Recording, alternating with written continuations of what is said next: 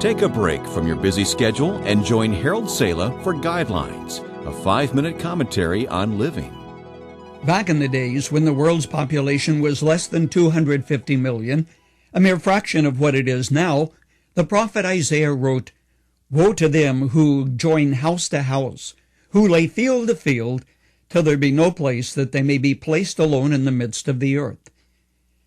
I wonder how he would feel today when skyscrapers puncture the skyline of almost every major city on earth. Yet one of the ironic contradictions of our day is that there are more people alive than have died since creation, yet there is more loneliness than ever before. Strange, is it not? You would think that with more people, there would be less estrangement and less loneliness, but it doesn't work that way.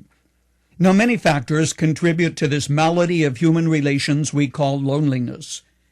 The breakdown of the family unit, the mobility of families who move from one place to another in unprecedented numbers, the fragmentation of human relationships as people have been hurt by others, then withdraw rather than resolve conflict and reach out to each other. The result? Estrangement, separation, and ultimate loneliness. The devastating kind that makes a person question his existence and reason for occupying 2 square feet of space on planet Earth.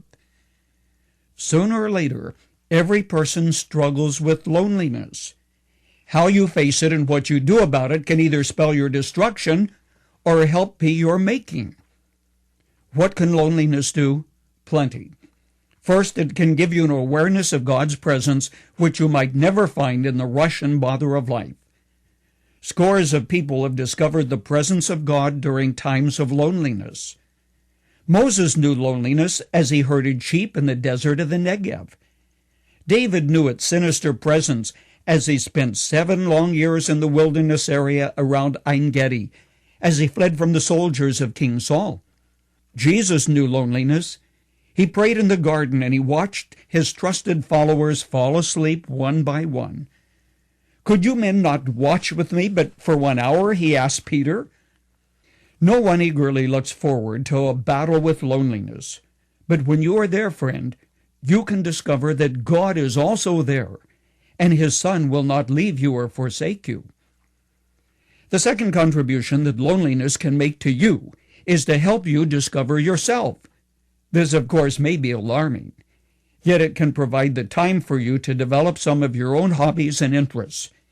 It may give you time you need to become a student of the Word and devour some of the books you've been thinking about reading for a long time. A third contribution it can make is to force you to bridge the estranging sea of loneliness by forging some friendships with other lonely people. They need your companionship as badly as you need theirs. If you are a Christian, you are not isolated and alone. You belong to the family of God. This means we are brothers and sisters who are vitally related to each other through Christ. The church is a fellowship of believers. We are part of a vast company of men and women from all walks of life, from every country on the face of planet Earth. "Not forsaking the assembling of ourselves together," wrote the author of the book of Hebrews. It was Christ who brought together that first body, and it is he who still binds our lives together. A closing word. Don't wallow in loneliness and despair. Move on towards the center. The closer you get to Christ, the closer you will be to his children. Loneliness does not have to destroy you.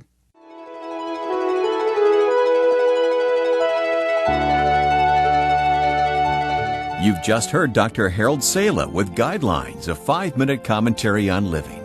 If you would like to listen to the program again, download a copy, subscribe to our e-commentary, or view other resources, visit guidelines.org. We would like to hear from you, too. You can email us at info@guidelines.org.